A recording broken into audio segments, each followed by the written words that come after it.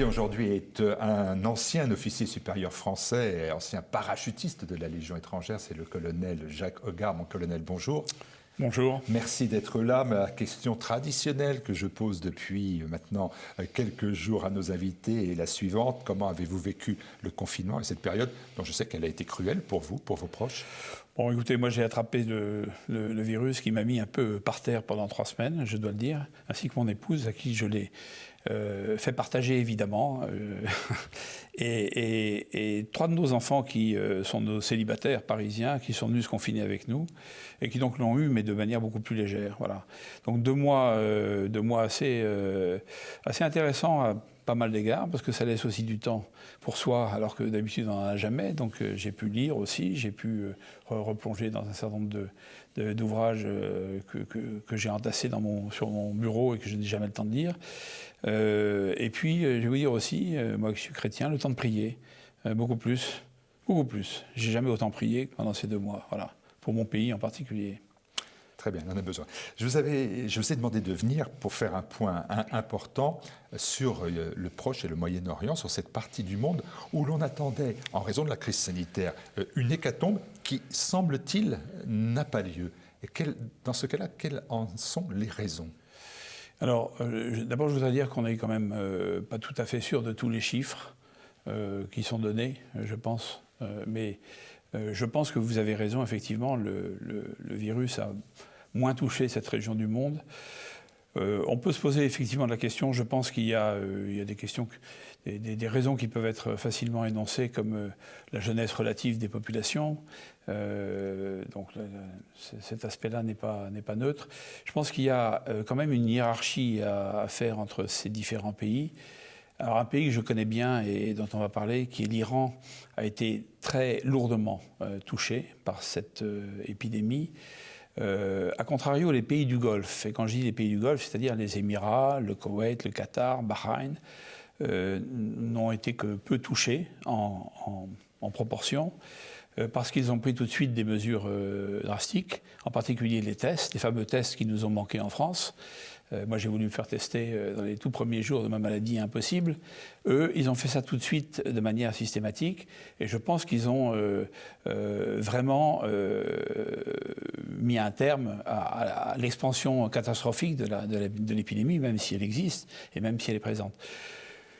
L'Arabie Saoudite à côté est un cas à part, parce que l'Arabie Saoudite, avec en particulier les lieux saints de l'islam, ils ont été obligés de renoncer au pèlerinage, au petit pèlerinage et grand pèlerinage annuel, l'Omra et le Hajj, pour des raisons sanitaires, parce que c'était évidemment des clusters, comme on dit en français aujourd'hui, d'expansion de l'épidémie.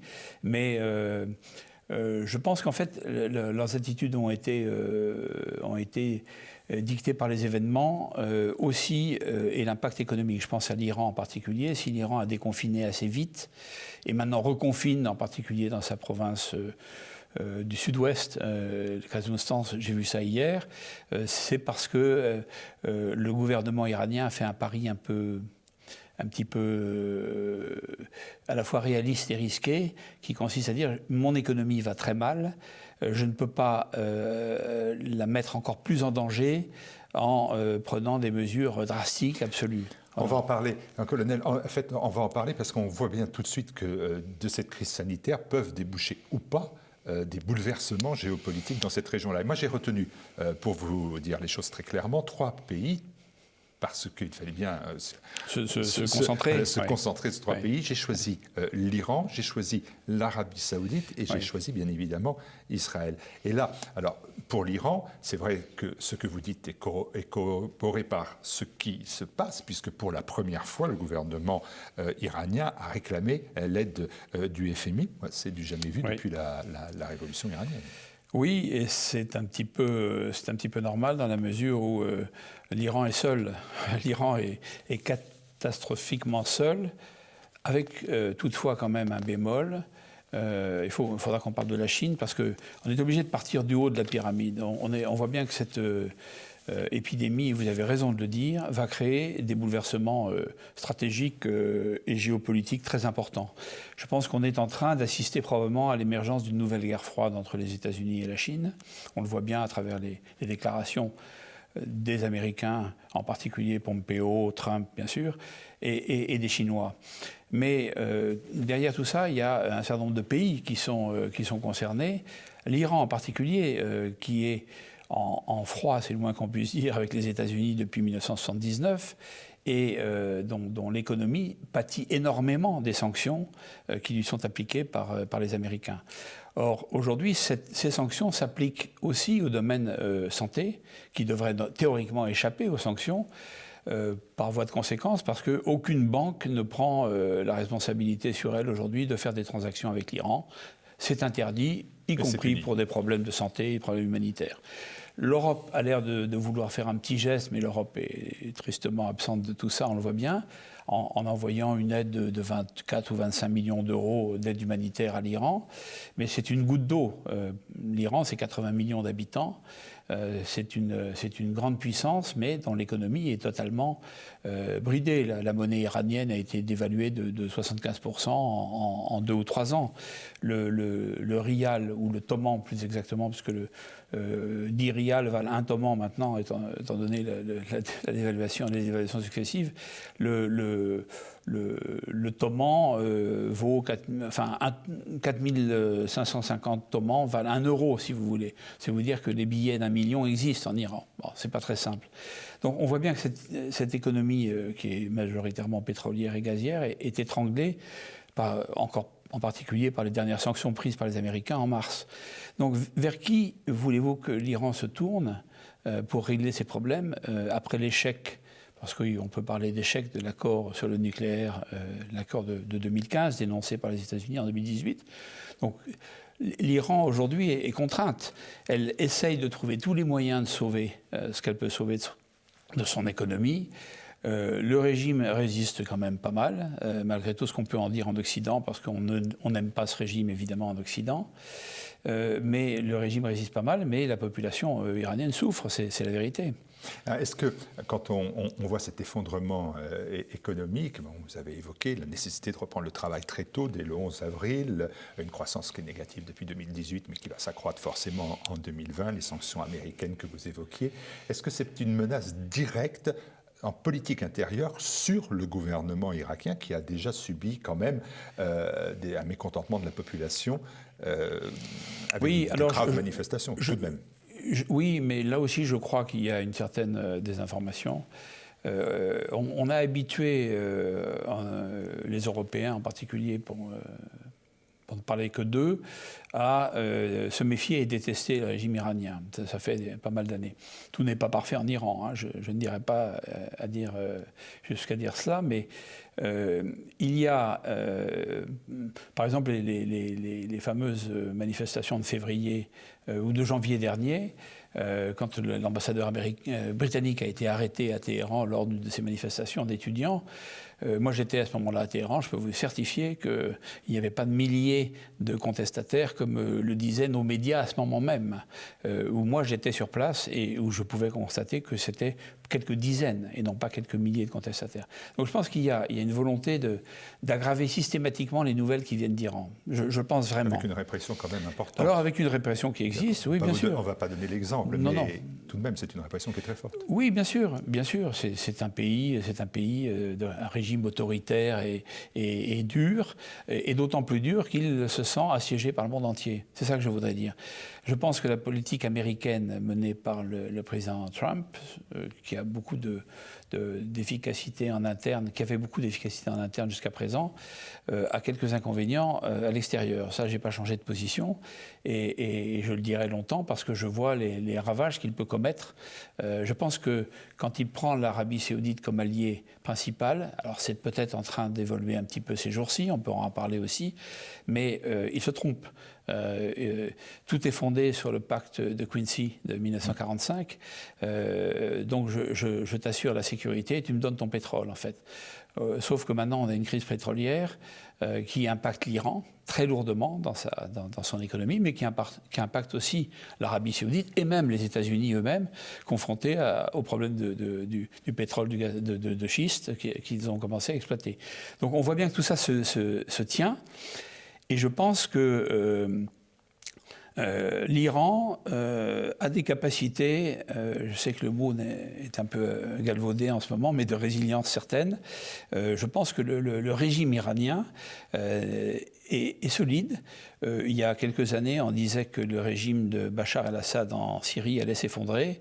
Il est toujours là et à mon avis plus fort que jamais, malgré les difficultés. Alors, est-ce que, là c'est encore un bouleversement, la situation économique de l'Iran, la difficulté de la politique intérieure n'entraîne pas un délitement, ce qu'on appelle l'arc chiite, de la présence iranienne qui va jusqu'en Syrie?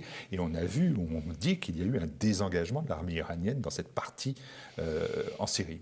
Alors, il y a eu un désengagement visible de l'Iran en Syrie, mais je pense que l'Iran reste une puissance très importante en Syrie au travers des milices chiites qui lui sont acquises. Et je pense que le Parlement irakien reste dominé par un courant très pro-iranien. Ça va être toute la difficulté du nouveau Premier ministre irakien, qui vient d'être nommé très récemment, avec les félicitations d'ailleurs des États-Unis comme de l'Iran. Et c'est assez intéressant à noter. Double défi. Oui, double défi pour lui, de tenir sa place et de tenir sur un fil, si je puis dire, parce que les avertissements ont été très clairs des deux côtés. Donc, je pense que la situation de l'Irak n'est pas facile. L'Irak a aussi, même si son sort est plus enviable que celui de la Syrie ou celui de l'Iran, au plan économique, la situation en Irak est quand même très difficile. On vient de voir que nos amis de SOS Chrétiens d'Orient venaient lancer un appel pour les chrétiens d'Irak et de Syrie, qui sont confrontés maintenant aux conséquences aussi de cette épidémie. Je pense que la situation n'est pas prête de se régler. Donc je pense qu'il y a un bras de fer qui se fait actuellement, très complexe. Il y a un certain nombre de grandes puissances qui sont concernées par ce bras de fer. Je pense que la Chine n'est pas prête de lâcher l'Iran. L'Iran s'est rapproché de la Chine ces dernières années pour trouver des palliatifs pour cette situation économique qui était de plus en plus compliquée avec les sanctions américaines. Les Chinois sont sans état d'âme. Ils sont dans leur tête les grandes routes de la soie, dont l'une concernait directement l'Iran. Et je pense que l'Iran est en train de chercher si vous voulez, des manières de contourner ces problèmes. On voit bien l'Iran avec le grand Satan américain, oui. Rien à attendre, avec l'Europe neutralisée, même s'il y a un regard peut-être plus bienveillant à l'égard de l'Iran, mais qui ne se traduit pas en manière de politique économique. Non, parce qu'on ne représente rien. Enfin, clairement, l'Union européenne ou la France ne représentent rien. Les Iraniens l'ont bien compris, d'ailleurs, depuis longtemps. La Chine, on a bien compris un rapprochement. La Russie, enfin. Et la Russie, il faut aussi en parler, parce que vous n'avez pas évoqué le cas de la Syrie, mais la Syrie est quand même très importante parce que c'est aujourd'hui une pièce maîtresse de cet arc chiite que vous évoquiez et dont je pense qu'il n'est pas prêt de disparaître. Le Hezbollah est plus fort que jamais, même s'il s'est redéployé en Syrie plutôt qu'au Liban face à Israël aujourd'hui, il reste une menace. Si les Allemands ont interdit le Hezbollah il y a 15 jours en Allemagne, c'est pas gratuit. C'est parce que leurs amis et alliés américains leur ont demandé de le faire et qu'ils y ont vu un avantage à le faire. Donc je pense qu'il y a cet arc chiite, il existe. Il va jusqu'à Oman, en fait, pratiquement, on peut le dire, même si Oman n'est pas chiite au sens strict du terme. Et les Iraniens, pour eux, c'est essentiel. Donc, je suis assez prudent sur la suite des événements. Je ne suis pas prophète et je ne peux pas vous dire ce qui va se passer. Mais je pense qu'il y a des grands changements géopolitiques qui vont se produire. L'Arabie saoudite en est également un exemple.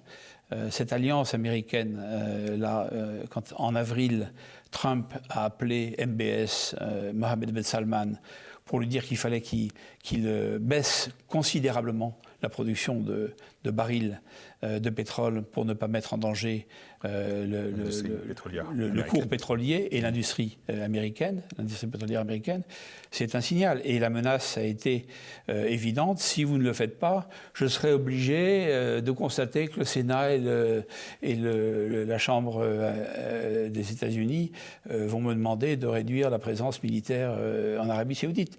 C'est commencé. Alors c'est peut-être à titre incitatif et démonstratif, mais des missiles patriotes ont été retirés, des avions de chasse ont été retirés, des unités navales sont en train de rentrer vers les États-Unis. Donc il y a un bras de fer qui se joue. Je pense que MBS ne le mesurait pas. Il est, à mon avis, dans de sales draps quand même, MBS. Oui, dans de sales draps. Et on en arrive, c'est vrai, à l'Arabie Saoudite, mais on voit bien que là, la crise sanitaire entraîne un choc pétrolier. De ce contre-choc pétrolier naît une fragilisation du pouvoir qui s'illustre avec Mohamed Ben Salman et qui s'illustre avec un fait symbolique, c'est le virus qui s'invite au palais, dans les palais royaux. Oui, et qui touche la famille royale. Je crois qu'il y a plus de 150. Alors la famille royale est très nombreuse. C'est symbolique. C'est symbolique, mais d'un seul coup, on voit une fragilisation d'un pays dont on pensait qu'il était relativement maîtrisé. Relativement maîtrisé. Oui, et je pense que la position de MBS est compliquée parce que il a été obligé encore d'interner son propre oncle, le dernier MBS, frère, le prince héritier. Hein. Le prince héritier, Mohamed Ben Salman, qui tient le pouvoir aujourd'hui, a des problèmes à régler au sein de la famille royale, c'est évident. Il a encore mis en prison deux de ses proches ces derniers jours. Il a affaire à ce conflit au Yémen dans lequel il s'est embourbé et qui ne cesse de discréditer un peu le régime saoudien à l'extérieur. Alors il va peut-être être obligé de lâcher du lest du fait du virus. Et peut-être même est-il content de cette opportunité que le virus lui donne de sortir un peu la tête haute aussi de cet enlisement yéménite. Mais ce n'est pas un succès. Il a son programme Vision 2030 qui est remis en cause directement. C'est un programme de développement. De développement de l'Arabie Saoudite, en particulier avec une ouverture au tourisme aussi. Au tourisme très grand. Raisonné là encore. Oui, bien sûr, et avec des allègements, je dirais, de façade, mais dans les modes de vie, de façon à permettre d'être plus attractif vis-à-vis du reste du monde. Mais je pense qu'il a affaire à quand même des difficultés économiques majeures parce que pour vivre, en fait, l'Arabie Saoudite a besoin d'un baril de pétrole. J'ai lu ça quelque part à $80 le baril. Et on est plutôt aujourd'hui plus près de 30 que de 50. Et 50 lui permettrait juste d'assumer à peu près les choses. Donc on voit qu'il est en difficulté. Bien sûr, il va puiser dans ses réserves qui sont réelles, mais ça le fragilise. D'où aussi une certaine affection vis-à-vis de l'Iran, dont on parlait tout à l'heure, vis-à-vis des différents acteurs du Golfe, avec lesquels il peut avoir des relations un peu contrastées de temps en temps, etc. Donc, moi, je pense qu'il va y avoir des recompositions. Il a discuté avec Poutine de ce cours du pétrole, ce qui n'a évidemment pas échappé à Trump. Poutine est très habile aussi dans cette affaire. Hein. Il voit les intérêts de son pays. Mais je crains quand même que toute cette configuration, si elle s'avère exacte, c'est-à-dire l'émergence de deux pôles, en fait, Amérique versus Chine, amène la Russie à se rapprocher de la Chine. Et ça, je trouve que pour nous, Européens, ce serait une très mauvaise chose. On reste toujours sur l'Arabie Saoudite. Vous avez évoqué le conflit dont personne ne parle, mais c'est celui du Yémen, qui se poursuit depuis 5 ans. On voit là que vous avez donné des informations particulières. Premièrement, eh bien, l'Arabie Saoudite est embourbée, vous l'avez dit, depuis 5 ans dans cette désastreuse guerre, que sa fragilisation économique inattendu finalement nous amène à se poser la question, est-ce que Ben Salman peut continuer à mener la guerre au Yémen, parce que c'est financièrement un gouffre. Moi, je pense qu'il va être obligé d'arrêter cette guerre, et je pense qu'il va même être content de trouver un prétexte honorable, entre guillemets, pour en sortir. Je pense qu'il est temps d'ailleurs, parce que c'est un pays martyr, que le Yémen est un pays magnifique d'ailleurs, que j'ai eu l'occasion de parcourir autrefois, qui est divisé entre Nord et Sud aujourd'hui, mais le Sud est lui-même divisé contre le Sud. Il y a un gouvernement et un parti, le STC, je crois de mémoire, qui s'opposent et qui font que la situation de ce pays est très instable. Mais c'est mal connaître les Yéménites que de penser qu'ils accepteront une main étrangère pour leur imposer définitivement un régime ou un autre, une solution ou une autre. Donc aujourd'hui, je pense que l'Arabie saoudite est dans une position inconfortable. Son principal allié de toujours, ce sont les États-Unis d'Amérique. Elle a toujours compté sur le soutien sans faille des États-Unis. Or là, l'imprévisible Trump, tout d'un coup, a l'air de remettre en cause ce soutien inconditionnel. Mais ce que dit Al-Watan dit, le journal Al-Watan évoque lui un divorce entre l'Arabie saoudite et les États-Unis. Je ne sais pas si on en est là, mais le retrait des missiles patriotes, c'est quand même quelque chose, parce que ces missiles patriotes ont été, je le rappelle, mis en place, nous sommes d'accord, j'espère, en septembre dernier, après les attentats. Après les attaques aux missiles contre les structures pétrolières d'Arabie saoudite. Théoriquement des Houthis. Qui sont des soutiens, qui sont soutenus par l'Iran, absolument. Donc indirectement, c'est... D'où l'attitude de MBS, Mohammed Ben Salman, qui aujourd'hui envoie des signaux apaisants du côté de l'Iran. Et quand vous voyez les Émirats arabes unis, qui ont toujours une position un peu habile, mais qui viennent d'aider l'Iran au plan sanitaire avec l'envoi de missions médicales, de matériel médical d'urgence, etc. Je ne serais pas surpris au fond que demain, Mohammed Ben Salman, dans un geste humanitaire de bonne volonté, fasse la même chose. Ce serait assez étonnant pour les commentateurs, mais je pense que c'est de l'ordre de l'envisageable. On devrait rester des heures ensemble et pour évoquer ces sujets-là qui sont passionnants. Alors, malheureusement, je saute très vite sur un troisième acteur. J'ai essayé de trouver 3 acteurs bien différents les uns des autres. Et là, on passe à Israël, qui a été touché par le Covid-19. Alors, Israël est touché par le Covid-19. Je pense que, en même temps, c'est une chance, une opportunité fabuleuse pour Netanyahou et pour Israël de sortir de 18 mois de crise politique intense et de confrontation entre le parti du centre et le Likoud. Du coup, on arrive à un gouvernement assez étonnant où on va retrouver les 2 frères ennemis de la veille.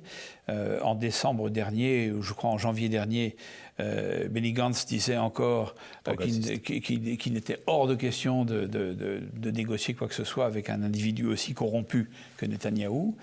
Et aujourd'hui, voilà qui fait un gouvernement commun avec lui, dont le ministre des Affaires étrangères va être un personnage intéressant, qui est Ashkenazi, qui est l'ancien chef d'état-major de Tsahal, qui est un ami de Gantz, de toujours, qui était le chef même de Gantz à une époque, avant d'en être le prédécesseur.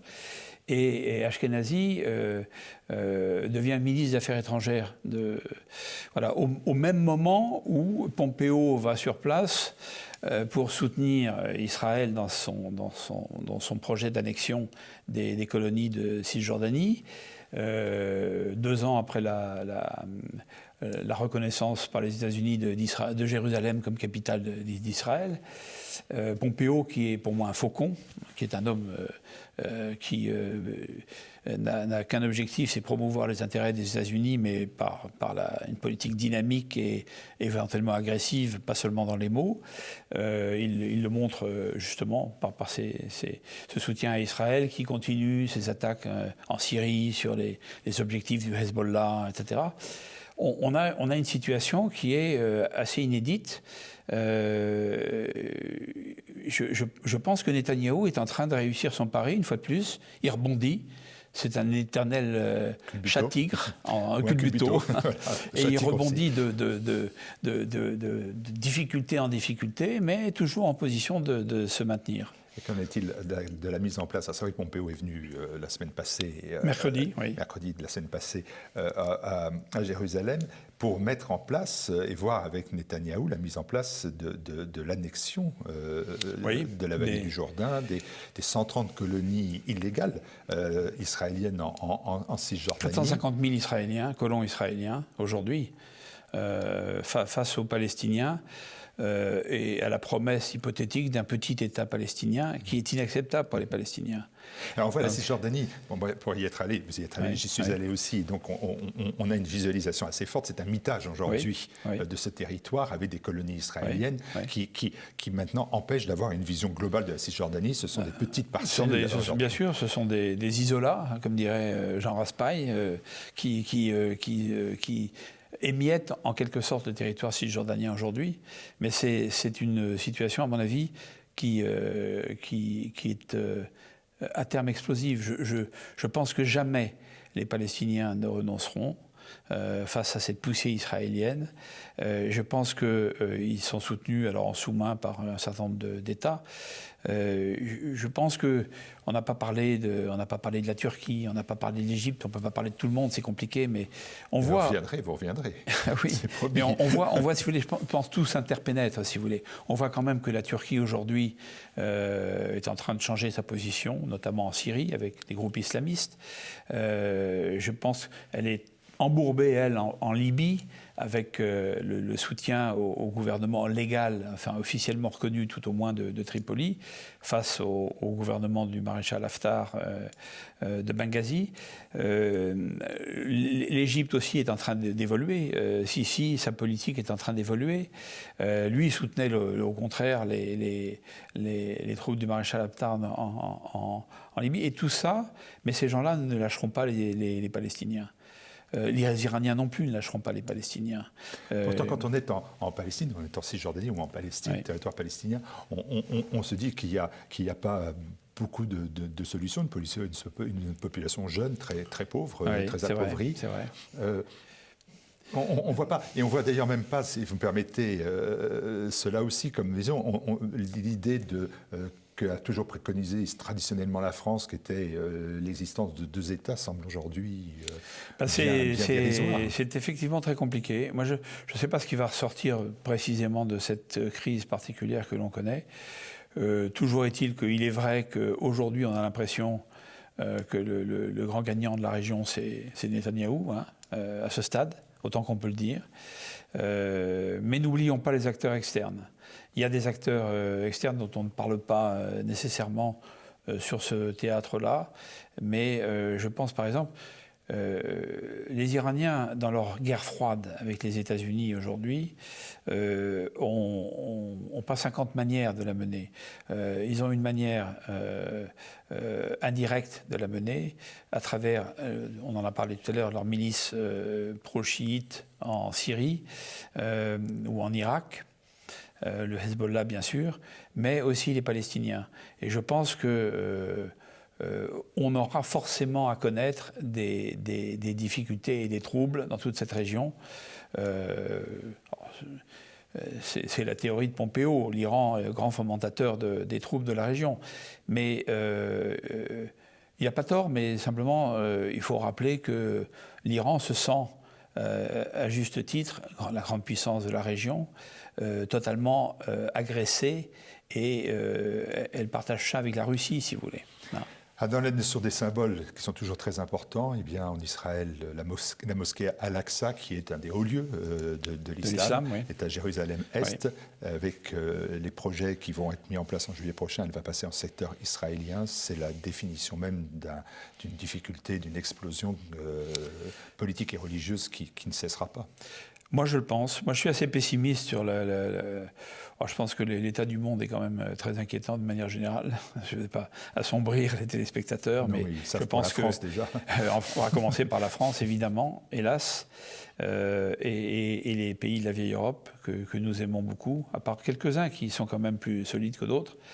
Mais l'état du monde est inquiétant. Moi, je crains, si vous voulez, l'émergence d'une guerre froide Amérique-Chine qui ait de nombreuses ramifications et de nombreuses courroies de transmission, si je puis dire, pour un affrontement plus ou moins larvé, plus ou moins...